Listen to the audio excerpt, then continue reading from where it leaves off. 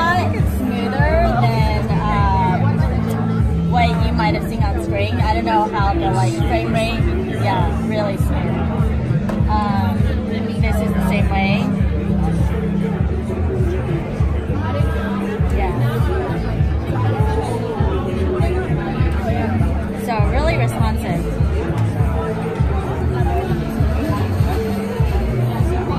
I think we're gonna do another quick demo here for you guys too. Yeah. Are we gonna be able to interact with it at some point? Huh? Are we gonna be able to? That's for you can export ads with like more deeper functionality to like Photoshop, or you can specify resolution. It's not in here, but you'll be able to also share out to social media platforms, including having a preview of what you're about to share. One quick question. If you know about live canvas, is that only through a different platform like Facebook or YouTube, or is it its own proprietary? Basically,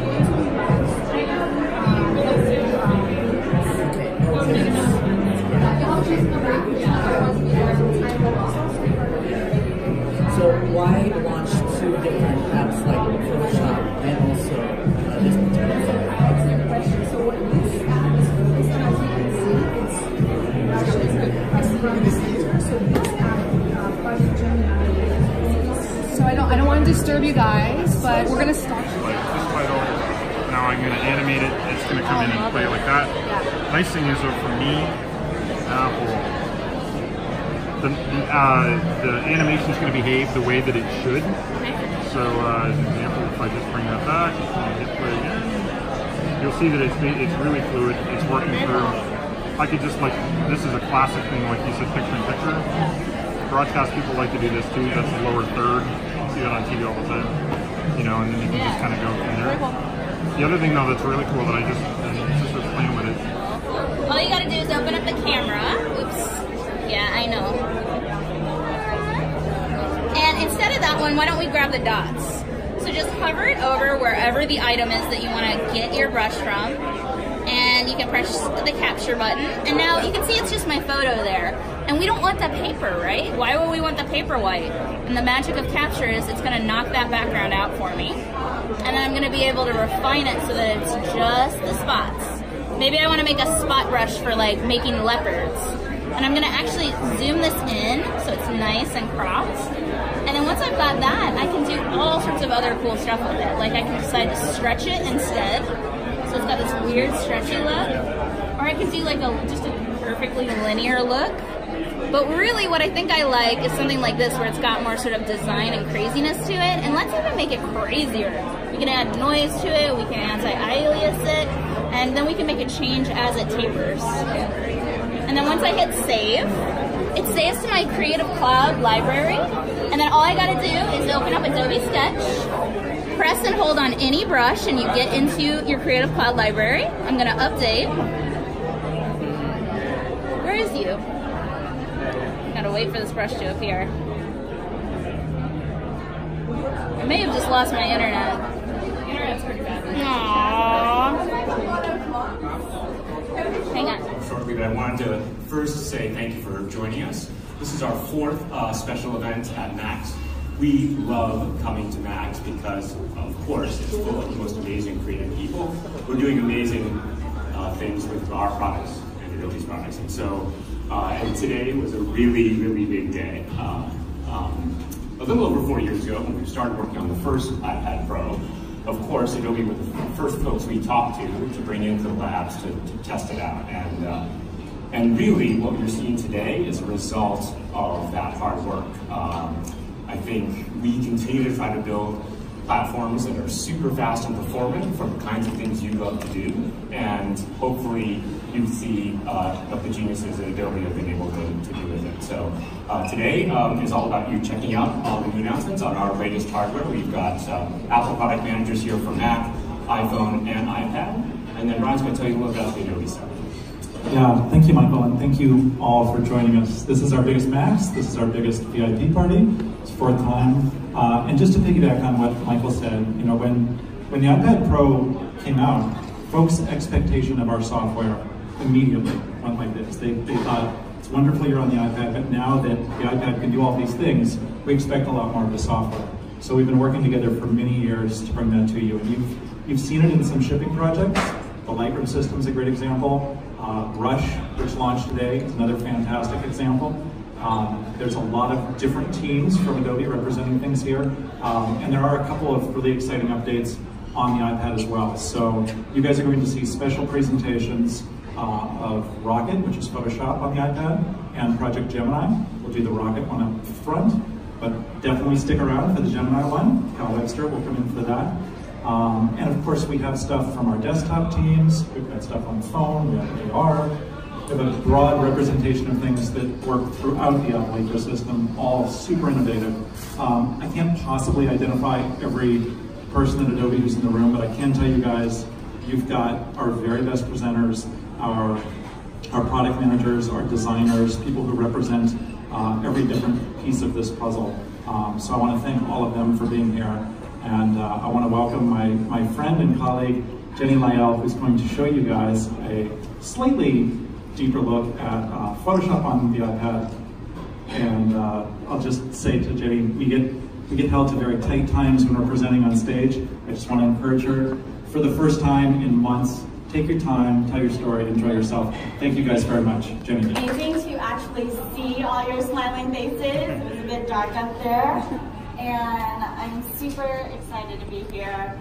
And we did have a very compact script that we had to follow on stage, so hopefully we could dive deep a little more here. So just to start off by a little bit about how we got here. Actually, this project started, there's a couple of members of the team here, about 2.5, 3 years ago.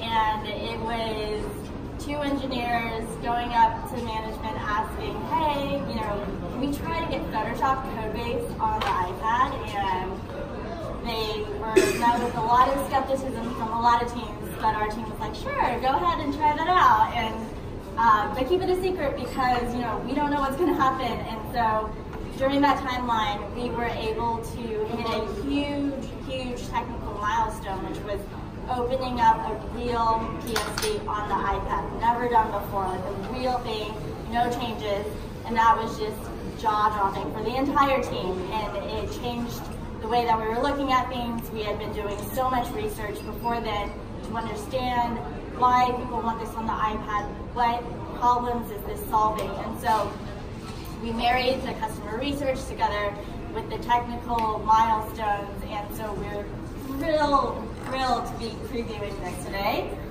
So I'll go over some of the assets that you've seen before, but a bit slower so you can just really take in the details here.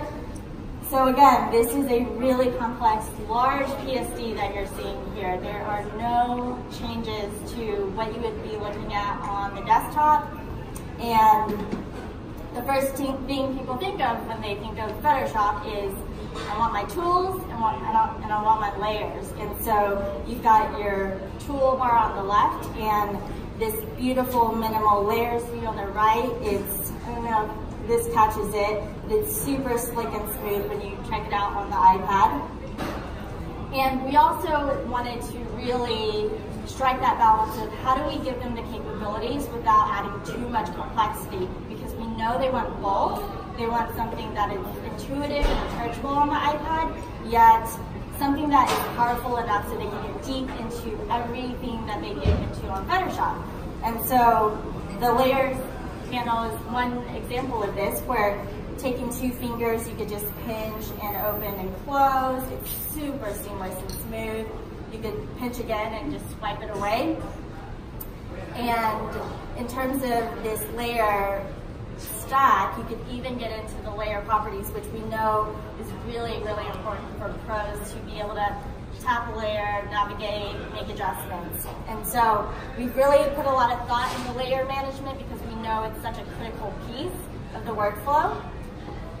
And again, this document in particular is 208 layers. We have opened up documents with hundreds and hundreds of layers. Photoshop has 8,000 layers. You can have actually up to as many layers as Photoshop because it's the same code base. So you're just opening up the same exact document here. All right, so this is very simple, but one of my favorite things to do, which is just take my finger and pan around, and it's, I don't know if you can tell here, it's super buttery smooth. And what I love is we also have this pixel grid that you get in Photoshop, which is being able to edit down to a single layer, which is fabulous. And the zooming in and out is just really responsive. This iPad is extremely powerful and gives us the ability to do real work here. And so we didn't want to bring Photoshop here until we knew the software and the hardware matched the power of Photoshop.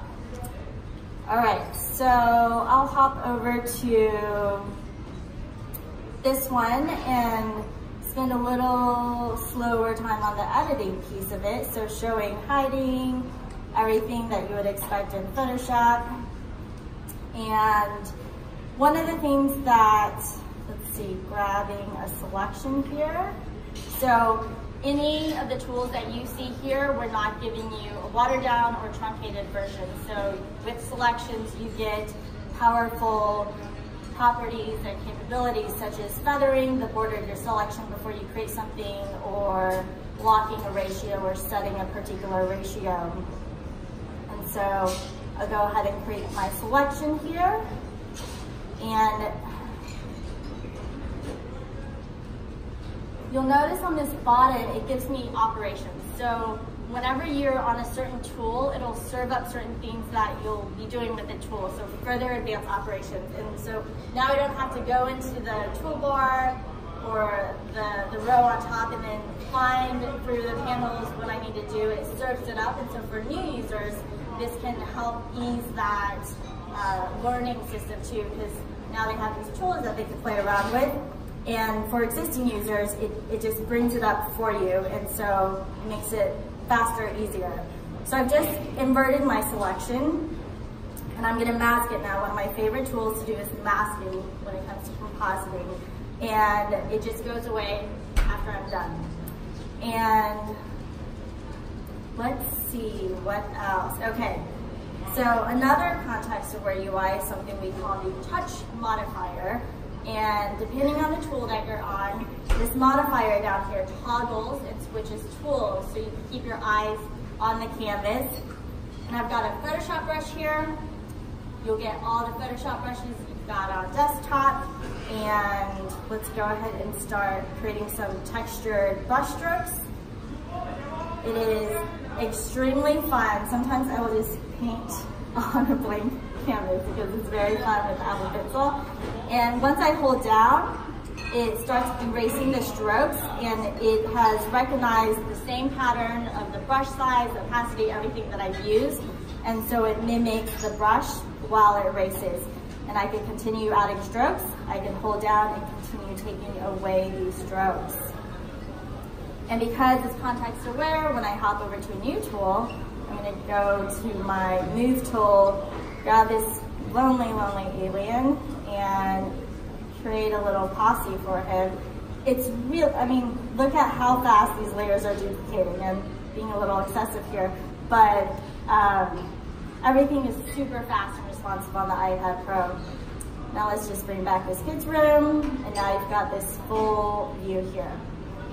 Okay, I'm gonna hop over to one more project, and this one I quickly put together between sessions and breaks, and so this is private Max demo, so no one else has seen this asset.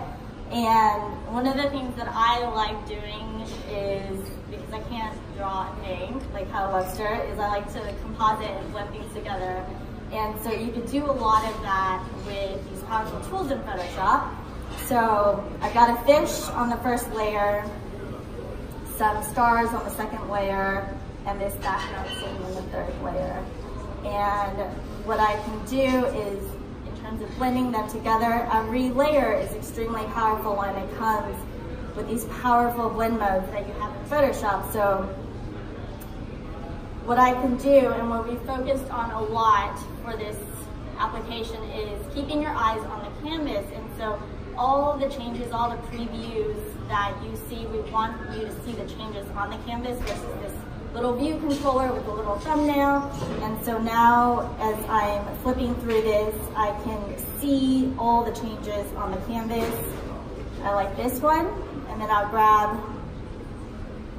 hide that for a moment, and then I'll grab this, and I want to blend this with the background city. So again, playing with the different looks and feels. Here we go. This looks pretty good. So then I'll bring back the fish, and now I'll come back to one of my favorite features, which is masking. And so what I could do is, when I add a mask, that means that anything I brush on, it hides that part of the layer. And so I will grab my brush again, and let's change this a bit. So I can change the brush size, I can change the opacity down, and start taking away parts of this starry night so I can see the fish, I can see the moon more clear, and I don't have it on full opacity, not capacity. Now, I'll just double tap to see that I've got all the parts that I want out. Okay, double tap this back. Oops. Here we go.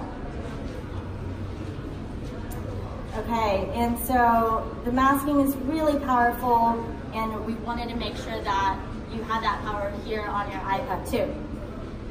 Let's see what else I could do. I could add layers, and I'm gonna make this moon more vibrant, like the magenta of the fish. And so when I go to pick out a color, grab the eyedropper, take this out, and make the moon a little pink. There we go. What else? Okay, adjustment layers. These are my favorite because I'm not burning pixels into the image. And so I will grab this beta fish, and I will add an adjustment. Let's say the hue sat. And when I add it on the fish, it actually is a little clip down here. Here, I'll put my pin on it. And this attaches the adjustment to this single layer that it sits on top of. And so only the fish changes. And so again, going back to focusing the preview on the canvas, as I adjust my sliders, everything is changing in real time on the canvas. It's super smooth, really responsive here. All right, let's see what color we want. Okay, I just can't stop playing with this. Okay, so we could continue adding adjustments here. So I'll add another effect. So you could keep stacking adjustments on a single layer. So it gives me a lot of experimentation that I can do. And let's just pick brightness and contrast. Here we go, make it brighter. And I don't have to just flip it to this layer. I could always take it, drag it, let's say, apply this brightness and contrast to the bottom layer. So anytime that I move this brightness contrast around, it applies it to everything that it sits on top of. So it's creating different scenes as I'm moving this around. And let's see, masking. The last thing that I want to do here is, this stuff is a bit too white and I want to blend this into the scene. So I can add a mask. Here we go. Grab the paintbrush. Let's bring up the size of it. We will have brush previews coming soon. We just don't have it in this preview. Actually, this is too big. Let's bring this down. Oops. Alright, and then now I could just have this white part fade away a bit more.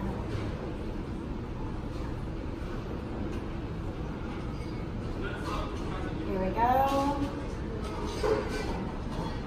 I don't have it on full opacity, maybe I'll do that.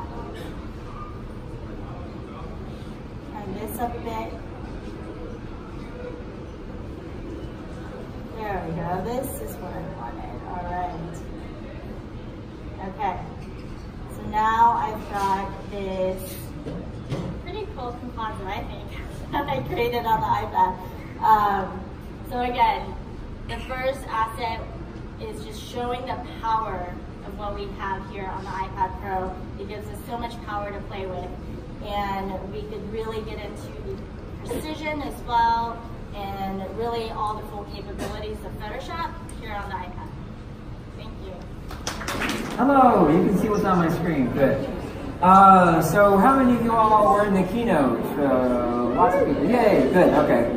So Project Gemini, Eric did a fantastic job of laying out for everybody some of the higher points about how this app works and how it's laid out and how beautiful it is and easy to work with because it has a very pared down interface.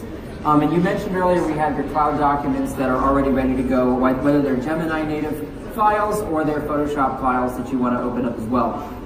This is just some of the stuff that I've been doing with Gemini. I thought I'd start by just showing you the kind of a range of styles that are possible.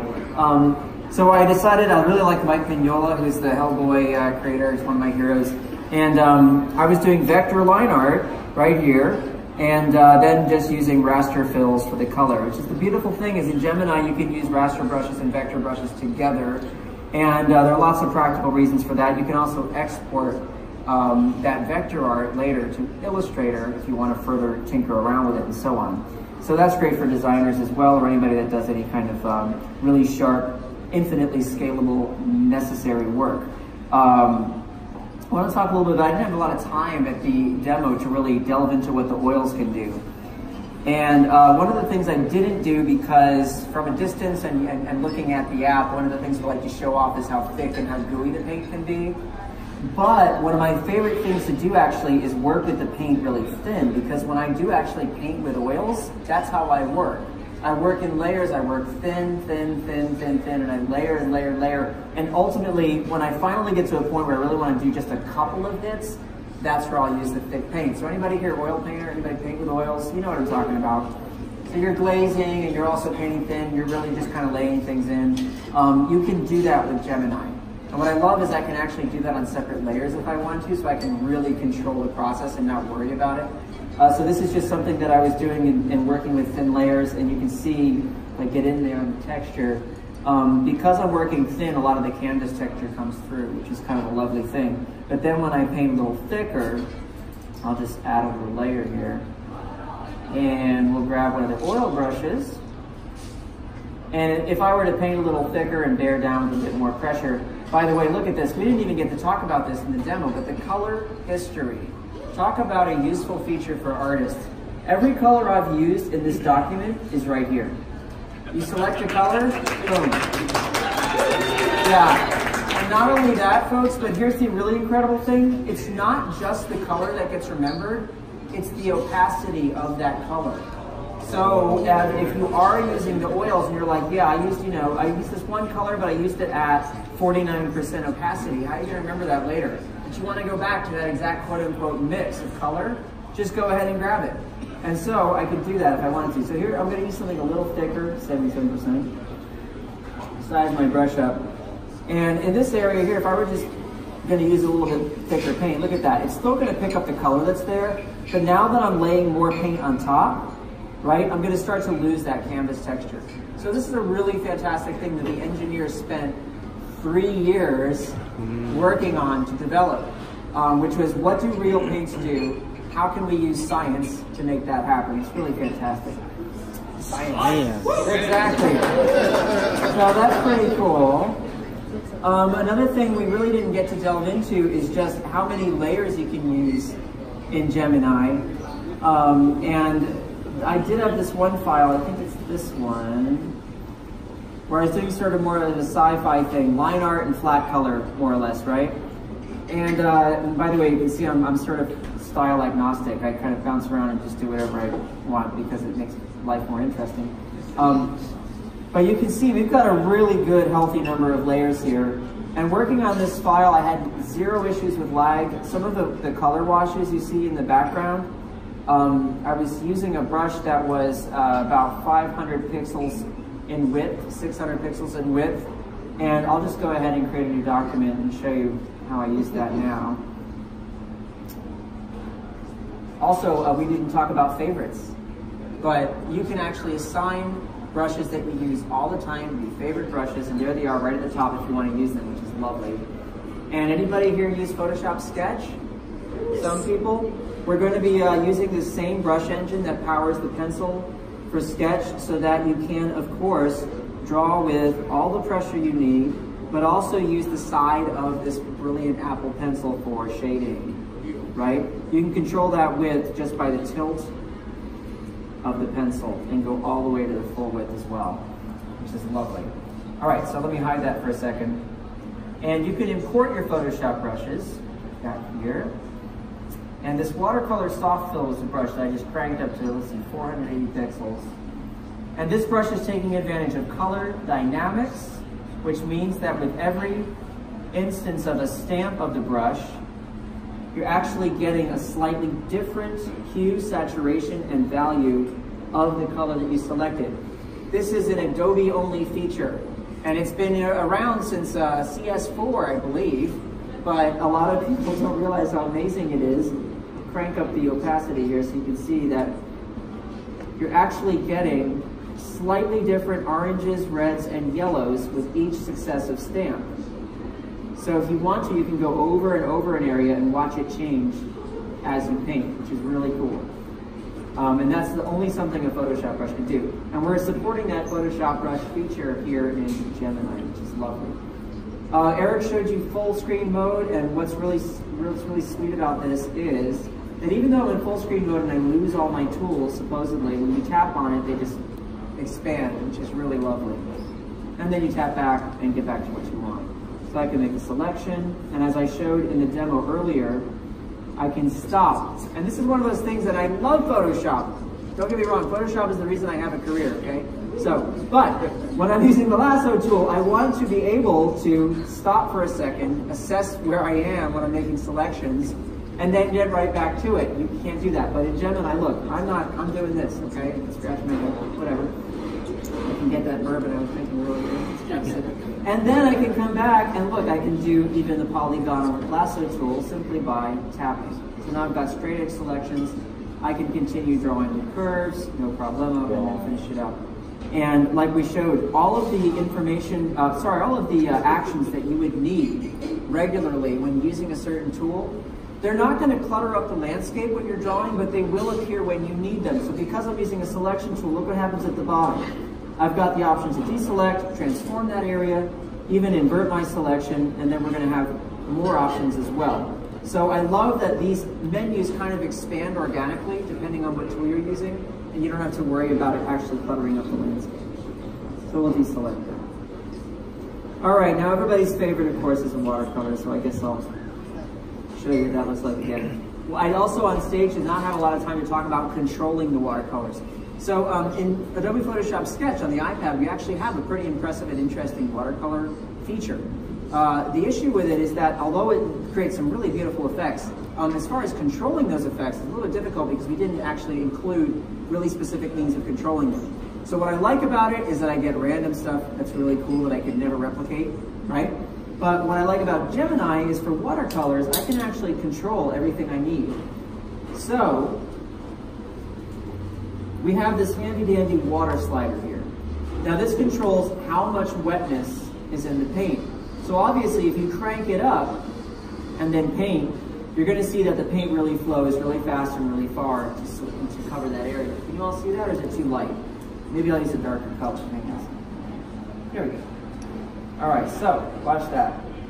There it goes, okay? And that's because it's going to flood pretty much the entire area you paint because it's a ton of water. But if I reduce that and then paint the same kind of shape, see what happens?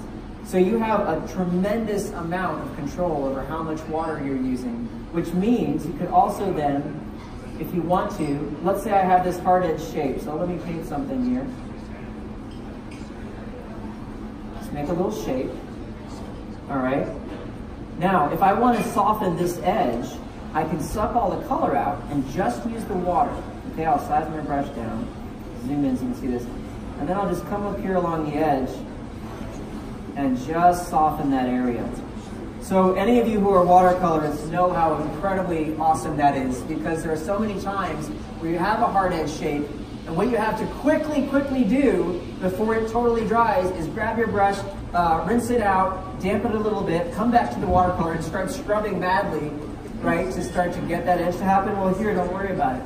There it is, right? And you can do it whenever you want. Again, you can take a break, go watch some Netflix, come back and soften the edge. Okay? That's ridiculous. The other cool thing is that we also have the ability to erase natural media. That's also ridiculous. So anyway, that's really kind of some of my favorite things about Gemini. We could go into detail about the fact that, you know, the tools really do kind of bring over or port over some of the best things you use in Photoshop as an artist. I didn't even talk that much about vector brushes, but come on. Anybody who's used Adobe Draw, you know how sweet it is to actually draw freehand with a vector brush. And we've implemented smoothing. This is something people have wanted for years. So let's say you've got a shaky hand, like me on the stage today. If I want to draw with a vector brush, hang on a second, here we go. Right, and I'm kind of like a little bit shaky on it. I'll just increase the smoothing, so then I get perfectly smooth, beautiful curve. And I'm not doing anything here. This is just happening, right? I don't have to be a whiz at having a steady hand or anything like that. It just happens, right? And the best thing is, wait, you want me to prove it to you, bro? Infinitely scalable and crispy. Look at that, look at that. Not bad, right? And the other cool thing is with our raster brushes, you can also use the smoothing. So, let's say I've got a pencil and I'm sketching. Okay, whoops, I gotta create this again. And I want to smooth it out, just crank up the smoothing. Nice and smooth and beautiful and perfect. Look at that. I could never do that without smoothing, by the way, but I just did. I think I'm okay, but I'm not that good. All right, so that's pretty much some of the stuff I love. I hope you enjoyed it. Any questions about what we're doing here, or no? Anybody want to know who my hairdresser is? Thank you very much. Crazy.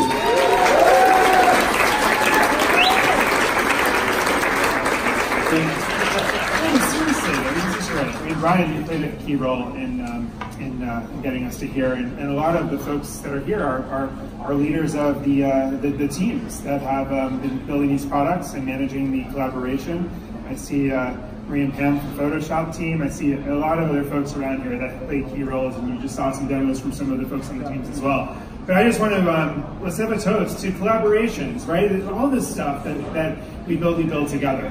Members of the community, the influencers, the folks who are giving us the harsh feedback along the way, which please keep it coming, and the encouragement. We need a little of that as well. And collaborators like our partners at Apple. I mean, it's really behind the scenes. There's so much that goes on, and we're working towards a great solution for customers, and that's what motivates both of us. So let's be here again in 2019, celebrating even more progress and success, and I hope everyone enjoys the rest of MAX. Thank you. Have fun with that.